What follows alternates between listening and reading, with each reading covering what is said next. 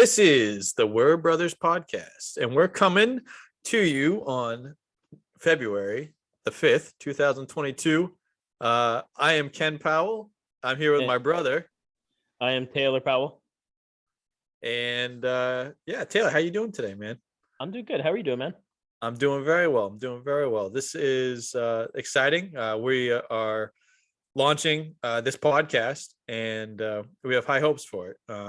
Some of the things that we're going to be really discussing and talking about is a lot of things involving the world of video games and games. It's very big, important kind of topic in both of our lives. It's something we're both really fond of and have a lot of fond memories.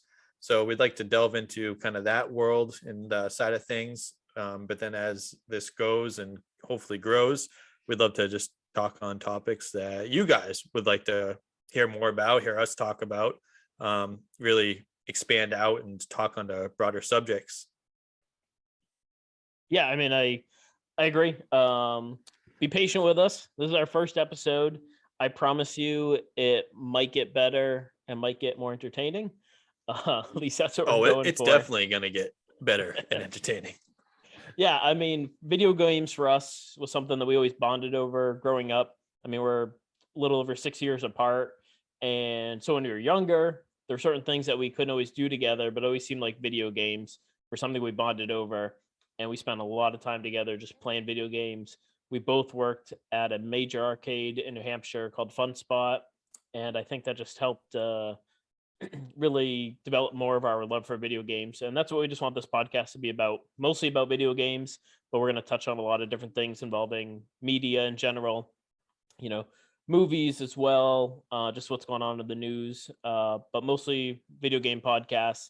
And as this goes along, any questions or anything that you guys want us to delve into and talk about, we'll be happy to explore. So that's kind of where this We're Brothers podcast is heading.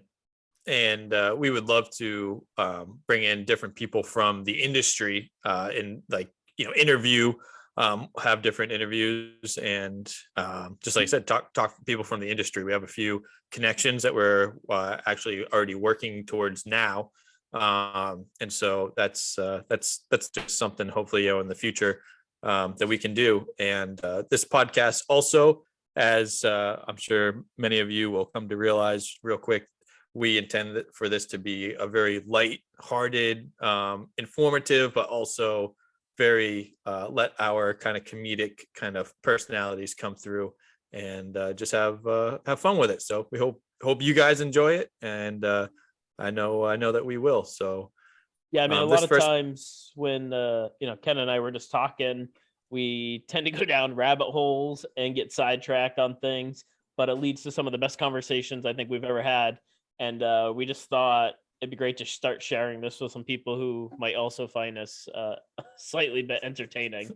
But I'd say to start things off, when we were trying to develop what we want this podcast to be about, we were talking about what brought us into gaming, what was our first memories of gaming. So Ken, if you want to start off, I mean, what was your first memory of video gaming when you were a kid? So absolutely. So you touched upon it a little bit as far as our age difference. As you said, we're 6.5 years apart. So my first memory of gaming is I have this memory of when I was probably 2, maybe 3 years old. And I remember sitting with you and we were playing Dad's Nintendo entertainment system, the NES.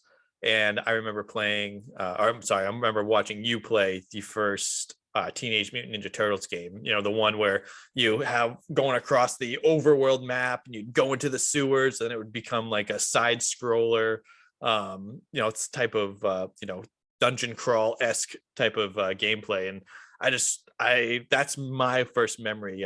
We live in Northeast. And so at the time we were living in New Hampshire, and so we were like, I just remember this big brown kind of house that we lived in. And it was like almost kind of like a duplex. And like, I just remember vividly that and watching you play Teenage Mutant Ninja Turtles. And that's really my first ever memory of video games. And it's cool because there's actually a picture of me sitting on your lap, like right at that time. And so that's probably maybe one of the reasons why that also has always stuck in my head, because I actually have like a picture of that memory. So that's really special to me. That's really cool. That's my first memory. I'll just add to that is if your first memory was seeing me play that video game, I'm surprised that part of that memory didn't include me chucking the controller across the room because that was a notoriously difficult game for the NES. I can't say I can't say I ever beat it on the original NES, but I played it in ROM form later on and eventually made it through. But not Gotta without being love able those to save states. yeah, not without being able to save it at a moment's notice. But yeah, if that was your first memory, it probably involved some not so pleasant words and me chucking the controller a few times. Yeah, how many times did you hear, "We're gonna have to shut that video game off if you don't stop making that Latin racket"? more than once for sure. I mean, that was a great game. Touching on my first memory, as you watched me play, I mean, when I grew up as a kid, my first memory was watching our dad play video games. I mean, he's the reason we probably got into it. Um, Absolutely. yeah, when I was younger, we would go to the arcade. It would kind of be a fun thing to do together. And I In remember just Maine, watching it. correct? Yeah, yeah, we were in Augusta. They had this tiny little arcade at this little strip mall, and they had like some skee ball and maybe a couple of little action games. But mostly we'd sit down at the tabletops and I'd watch them play Donkey Kong Jr. Oh, he And loved that game. yeah, that was a good one. That's kind of like what I cut my teeth on. And Qbert, things like that. Tron. I remember playing Tron early on. Yeah, so that's probably my first memories, just watching our dad play video games, and that's how I got into it. And then as I got a little bit older, we got our own system, and then just playing, Super Mario Brothers was kind of where it all started on the home console for me. Hmm. But Yeah. yeah, Was is the NES, was that the first system that that dad had, or did like before I was born, did he have an Atari? I actually I don't know if I no, know that. I don't know if you ever played an Atari. I had a friend I remember when I was younger who had an Atari. It was like after the NES was out, but they had an Atari, and we played like they had like Pac-Man, something like that. That was about it. But Yeah. yeah, the NES was the first system that we had at the house. Okay. That's kind of that's what I was thinking. That's what I So thought. yeah, I think we had 10, 12 games for that system by the time we got rid of it and got the Super NES. But yeah, Mario is definitely where it started on the home console. But we had the Ninja Turtles, Mario Brothers 2 and 3, and a handful of other games that came out for it as well. Tailspin. I don't think we had Tailspin. I played that No? ROM. No, we didn't have Tailspin. Oh. Are you sure? I'm We had the 100% sure. Chip and Dale. Chippendales we had, which was Yeah. awesome. That was That a was a fun good game. one. I like Yep. that one a lot. I think we had Metroid. Metroid, which I never beat originally. I don't know how anybody on Earth beats that game without a ROM, because that was insanely difficult as well.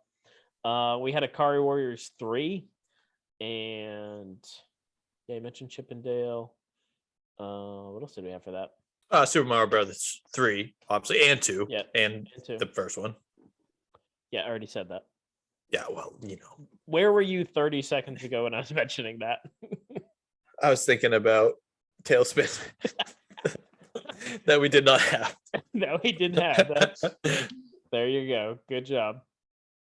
Yeah, I don't remember what else we had, but I knew we had a slew of them. I just mostly remember Fridays and Saturdays going to Blockbuster, or even before Blockbuster was around, just going to like local video stores, renting stuff for the weekend. That's pretty much what our life entailed on the weekends when we were younger. Mm, yes, it did. We used to rent at it's Hannaford now, but it was Shop and Save. We used to rent a lot of video games from Shop and Save. You remember that? Good old Shop and Save. I forgot that they used to rent video games and Yeah, movies. and movies. That's Yep. right. Yeah, and there was that one in downtown Laconia that had video game rental as well. Video Choice. That's right. Yep. Good Yeah, we times, used to man. have Sounds Easy. That was probably before your time. Yeah, I don't remember that. What'd you call it? It was called, I think it was called Sounds Easy. And they used to have movies and video game rentals there. Are you saying sounds easy or Yes. sounds ZZ, like ZZ Top? Sounds Sound easy. easy. Gotcha. Like easy peasy. Lemon Unlike squeezy. Unlike that communication between us. Yeah, okay, gotcha. Okay. But yeah, so yeah, those are definitely good first memories. And likewise, a lot of my, I have a lot of early memories of dad as well, playing video games. So yeah, I'd say that dad certainly kind of pioneered and kicked off our, our enjoyment and love for video games for sure. And I'm sure that's where some of the anger comes from as well. Yep. Of Frustration. frustration from losing at video games. Yeah. Yeah, never saw him get mad playing a video game ever. Not even once. Surprised we were never kicked out of that little arcade that we used to go to. Yeah. Well, hey, that's First all right. time for everything. That's right. That's right. Yeah, I mean, and then our cousins were into video games, and so that was always good whenever the cousins would get together, because we'd always sit around, playing games together.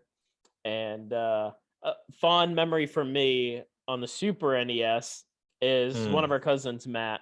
He had a Royal Rumble wrestling game, and we unceremoniously would always make Ken be Doink the Clown. I hated that guy so much. It was some of my favorite memories to watch you play as Doink the Clown. Okay, this is supposed to be a Royal Rumble, and somehow, the three of you would just, not talk to each other and just all gang up on me. And next thing you know, Doink the Clown's going over the top rope. Well, yeah, that was naturally. awesome. Love that. Yeah, we'd be like, all right, the four of us, we're going to work together to clear out the wrestlers. And then it'll be down to just the four of us. And that strategy lasted all of about 3 seconds. And we're like, oh, let's get Doink out of here. Yeah, who brought that guy? Oh, it was Ken, the youngest of the cousins. Maybe it all stemmed from an underlying fear of clowns. And we were just like, let's just chuck him out of the ring. He'll come back as somebody else. I think in that game, if you eliminated somebody, they would come back as a different character.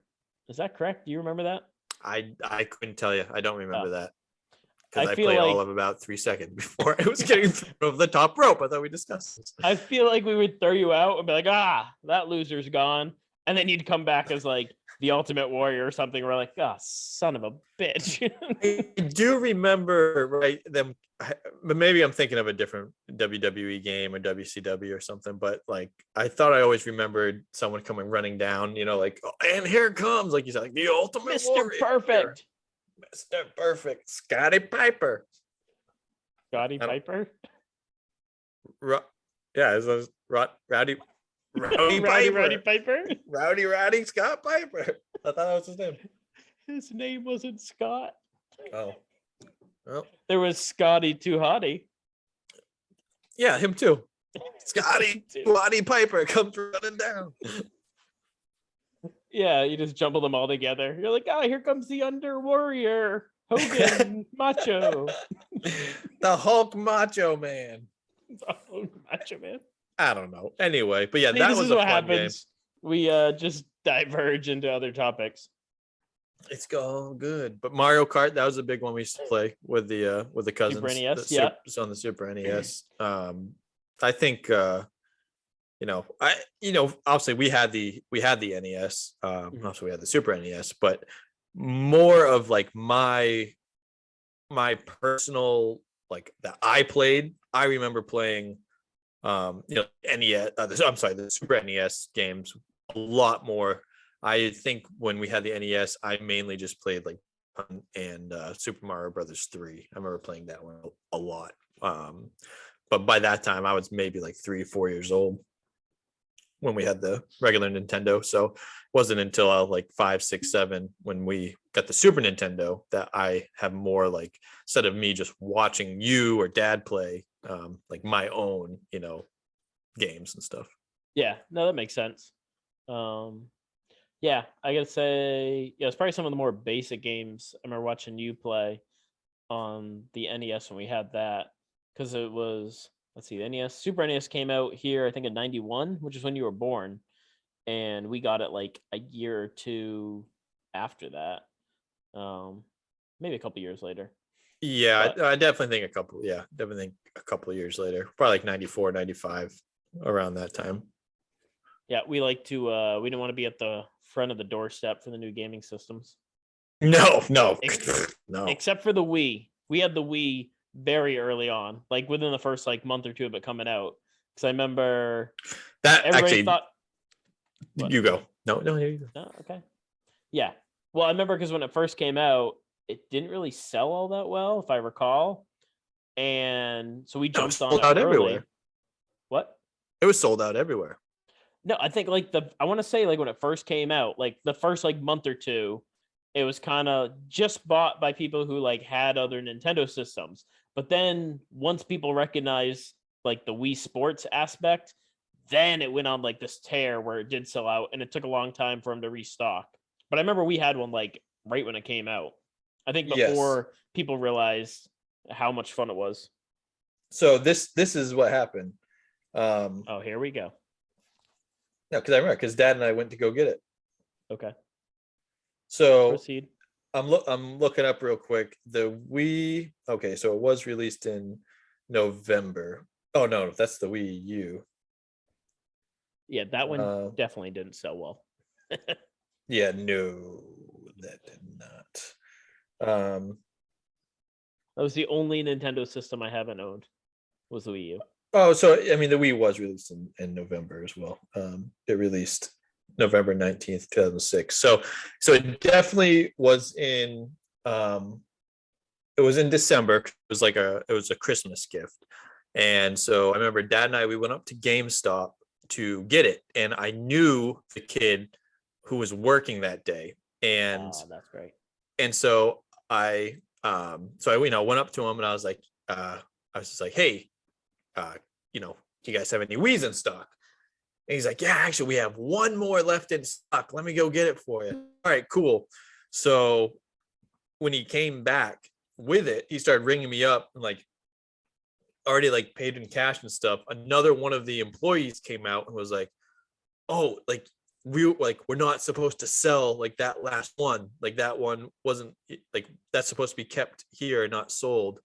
And the kid that I went to school with was like, oh, well, like he already like paid for it. And Dad and I are just standing there like, okay, on 3, we're gonna make a run for it. And so then like the manager was like, well, like, you guys already paid for it, so I can't force you to to return it. So we ended up getting it when we weren't supposed to. So and I just remember, yeah, going home like everyone, we just played Wii bowling for like the next 72 hours. You get to school on Monday, you're like, hey, buddy, how's it going? Oh, great. I was fired 30 seconds after you left. It was awesome. You're like, hey, you want to come over and play some Wii bowling? He's like, I'll kill you. He's like, I despise the Wii. But yeah, but other than that, I mean, I remember we've really had all the Nintendo systems pretty close after launch. I mean, we got the N64 for Christmas. We got actually, I guess that's how it's always been. We got the N64 for Christmas. We got the GameCube for Christmas. And then same thing, got the Wii for Christmas. Yeah, I remember the big thing about the N64 for us is we got 2 of them. So you had one for your house, one for where I was living at my mom's. It was the first time because I could only ever play video games when I go visit you guys, and so having the N64 is nice because it was the first time I could actually play something at my mom's as well. Yep. Yeah, that was fun. Remember you had the Duke Nukem game for the N64? Duke Nukem 0 Hour, highly underrated game for the N64. We would have supreme death matches between you, me, and our cousins, and yeah, that was a great game for the N64. Duke Nukem? Yeah, I don't remember that. I remember Oh. playing GoldenEye and in like GoldenEye. Yes, I remember that was a big game for the cousins. Yeah, but no, we played. I would always talk everybody into it. Okay, maybe Maybe I was the only one who thought it was underrated. I got this great game, Duke Nukem 0 Hour. It's like GoldenEye, but more terrible in every way. But let's play that instead. And I mean, they had cool. You could have like trip bombs and stuff like that, and they had some sweet guns. Yeah. I mean, it's The a Duke arenas were Nukem cool. game, so sure. What? Let's say it's a Duke Nukem game, so I'm sure they did. It was good. I think we're getting ahead of ourselves on our games, but that's okay. We are a little bit, but that's okay. This is the first episode, first introductory sort of taste on what's to come. I mean, we'd love to do like tier lists and of just like our top games for each system and just top, like I said, all dives into different series. Yeah, and then as we go through things, as Taylor mentioned, we will just keep falling down little rabbit holes, and hopefully that's entertaining, and then we'll find our way back. And if it's not entertaining, this will be a short-lived podcast, but that's okay.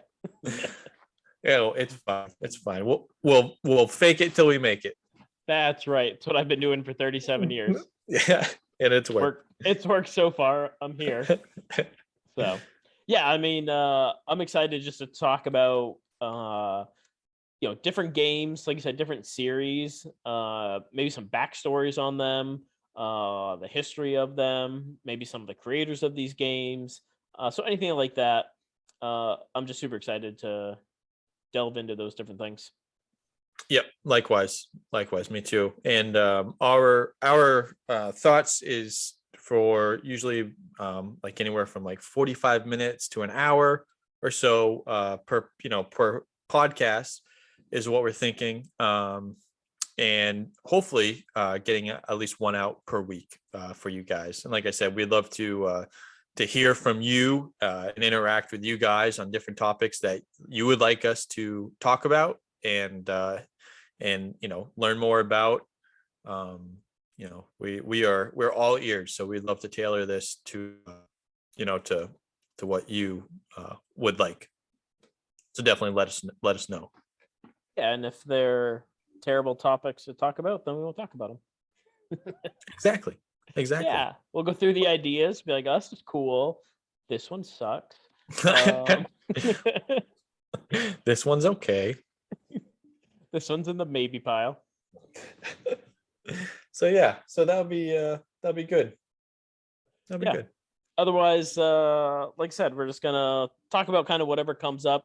Oh, side note. So I read, I mentioned to you this before we started the podcast, but I think just kind of a sign of how the industry is growing is I had heard there's a school in Japan that's opening later this year, a high school, and it's gonna have all the regular curriculum like history, math, science, things like that, but also will specialize in esports and learning about video games, how to play video games, and how to get into like programming, things like that.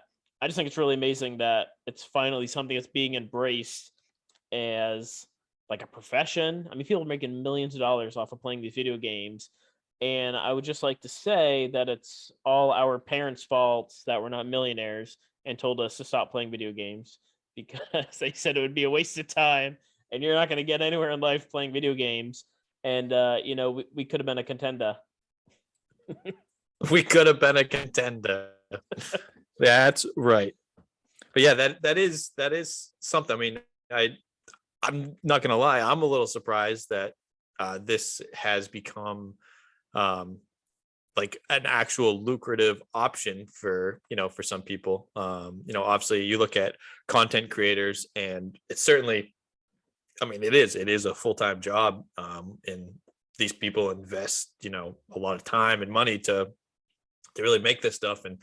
And also, I mean, you have a whole handful of content creators who still work a full-time job and on top of, making content. So it's certainly a skill that, that takes effort. It does. It absolutely takes effort. So it's cool to see them, going in that direction as far as actually offering, technical Curriculum. learning in that. So that's, it's cool. And I mean, I'm not surprised that Japan's kind of leading. yeah, leading that. So yeah, that's cool. I'm excited to see where that is going to go, and if maybe if that's something that other countries, start to pick up. It'd be interesting to see. Yeah, I mean, my son, he's 5, almost 6. I think now it's the time to just start pushing him to drink a obscene amount of energy drinks and play video games all day long, and tell him he's gonna be all set for the future. That is expert parenting advice 101 from Taylor Powell. Here you go. Here's some Monster Energy drinks and an Xbox, and I'll see you in 10 hours. Oh, you can't forget about the G Fuel. You got to get him the G Fuel. Get those endorsements going now so he can get his own flavor. His own flavor. Yeah, he'll be all set. I know, right? And then his heart stops at the age of 18. Yes, but he will be a millionaire. Legendary. So, yeah. I mean, it's definitely such a growing sport. I mean, you go onto MSN.com and they have a whole section dedicated to esports. Like when you scroll down, they do they really? Yeah, they have sports, local news, health and fitness, and then esports, and then they have autos. I mean, they have a whole section dedicated to it. ESPN has a whole section dedicated to esports. I mean, these places are selling out arenas, and the people who are at the top of this industry, I mean, they're making millions of dollars playing video games. It's very impressive, very much. It is. Yeah, absolutely is. And the, kind of the cool thing now, granted, obviously, if I could have been, a professional NFL player, basketball, NBA player, professions like that, obviously, you're making bukus of dollars and stuff. Bukus. But, I will say, at least if you're playing video games, man, you don't need to worry about, pulling your ACL or something, tearing your ACL. You don't need to worry about, Yeah, but what happens if you sprain your thumb or your index finger? You're in trouble. That is true. That is true. Although, and then long periods of system, make sure you're getting outside too if you're going to do that, because you don't want to have a blood clot go to your brain, and next thing you know, you have a stroke. That's because you sat too long. So. Yeah, you're going to have vitamin D deficiency. Everything in moderation. Yeah, exactly. 12 hours of gaming, 12 hours of sleep. Perfect. Exactly. Split it 50-50. Yeah, you sprain a thumb, and next thing you know, you're on the injured reserve. I can't go in today, coach. My thumb is hurting. Can't smash that A button. I like the voice you chose. I was picturing that voice more for the coach, but I guess for. Okay, he's a grizzled veteran. He is a grizzled veteran. At the ripe age of 19. He's on the back half of his career. He's like, been doing this for too long. It's time for the next generation to come in. Oh, man. Retires from video gaming, becomes a NFL quarterback, and next thing you know, he's 20 years later, he's Tom Brady.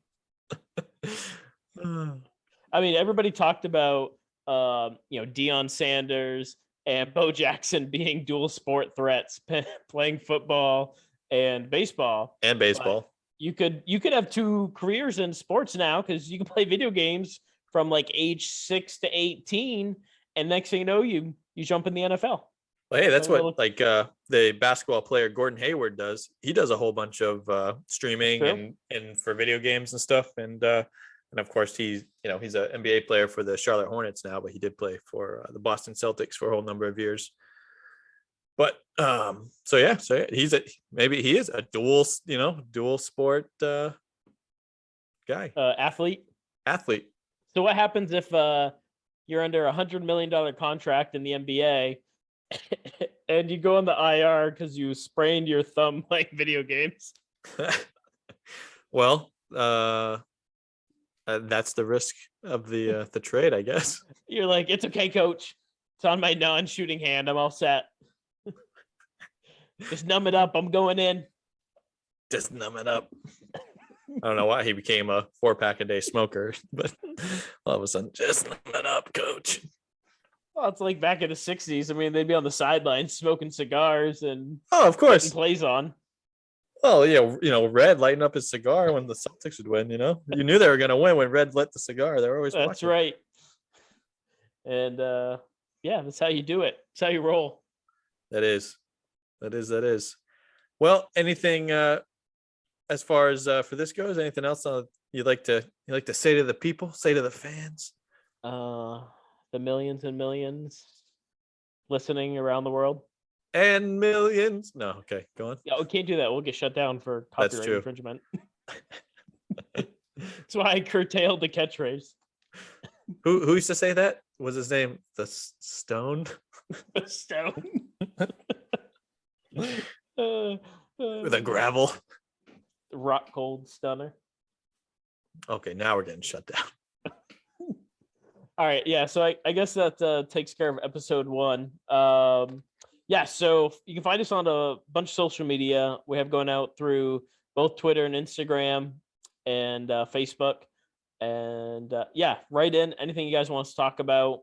We'll hopefully be able to cover coming up. And I just appreciate everybody who's able to listen to this first one. Like I said, I promise this might get better. It might not. This could be the peak of our podcasting ability, but hopefully it's just the beginning. No, this can only go up from here. This will get better. This is gonna explode into your face. Jeez.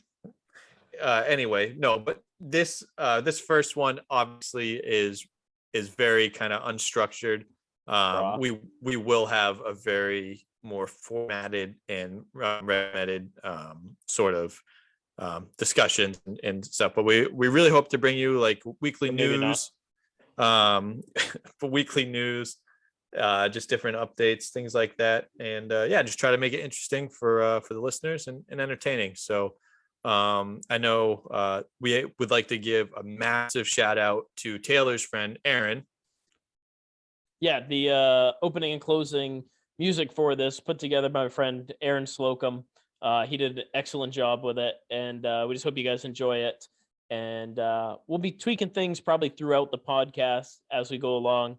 But very proud of the work he was able to do, and just super excited to have him part of this team. Absolutely. Sure. Yeah. Absolutely. So that was huge. So we definitely thank him for that.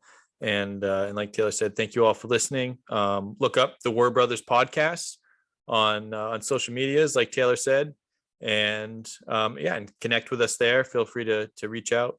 And yeah, we hope you all enjoy, and hope you all stay safe out there, and come back again. Come and join us again soon. Until next time, we'll catch you later. We're brothers. We're brothers.